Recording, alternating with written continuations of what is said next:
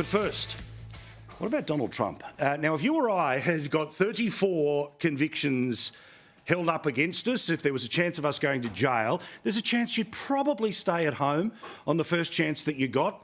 Not Trump. He was offered the UFC and the crowd seemed to like him. Donald Trump is in the building and the former president getting a standing ovation. So good. I love how many lefties' heads are going to go bang, bang, bang, bang, bang, bang, bang, bang. Now, of course, this was all following the obvious news, which broke Friday morning Australian time. Donald Trump found guilty on all 34 counts. The former President Donald J. Trump found guilty on all counts. The jury found Trump guilty. Former President Donald Trump has been found guilty. Donald Trump is a convicted felon. Donald Trump, the first former president to be convicted in a criminal trial.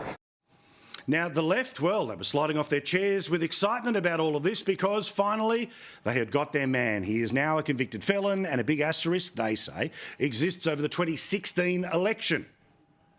Well, my reaction was I was at Costco buying, 10 boxes of Keurig coffee, and my watch started to buzz, and I got so excited I started leaking a little bit. You say you want peace, and you say you'll never get peace so long as Donald Trump is here. Yeah, I don't believe I ever will.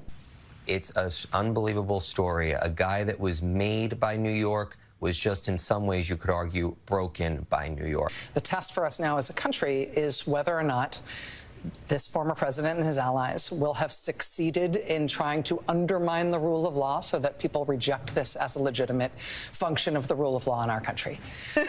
Because Byron Donalds, who is from East Flatbush, Brooklyn, as myself, and Tim Scott, who is from the great state of South Carolina, and Marco Rubio, who is Latino, they know damn well who normally ends up at the bottom of this criminal justice system. Who are the actual victims? By the way, that lady never goes to Costco, the first one.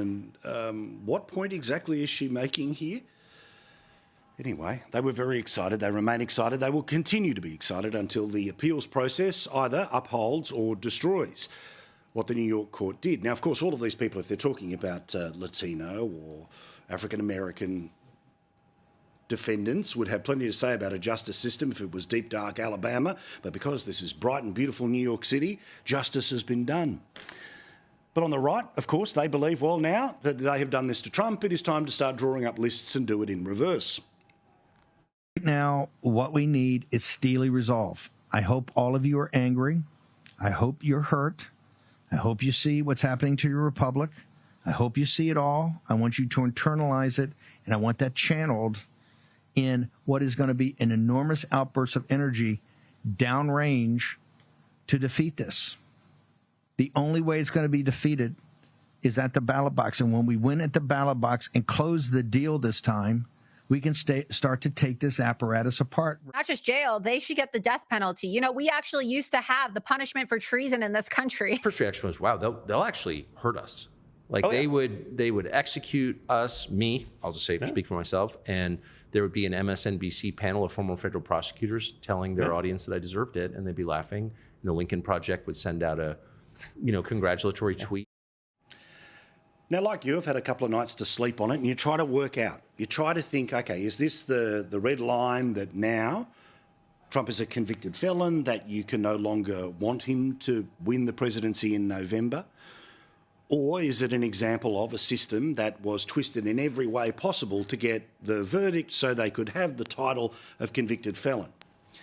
And I'll be honest with you, when I woke up and saw it all happening on Friday, and I was here on Friday with my dear friend Laura Jays, I was angry. I was angry because, as I've told you before, I've spent many a sleepless night watching the court case, watching it, trying to watch it on MSNBC, where they have nothing but prosecutors telling you why everything pointed to guilty. And then, of course, my wonderful friend and much bigger brain than me, Megyn Kelly, I've been watching her show and talking to her on the air about why this was, again, stitched together to get the result that they got. So no doubt you, if you are somebody who would like to see Trump return to the presidency, or even more importantly, like to see Biden removed from the presidency, this has been an odd weekend. Because to the lefties amongst us, this is the point of no return. How could you possibly think anything other than a jury of his peers found him guilty. Well, of course, that's true. But just as I said about a black man on trial in deep, dark parts of the American South, you would know that the system is moved in certain ways to get that result. And I believe that that is what happened here in New York.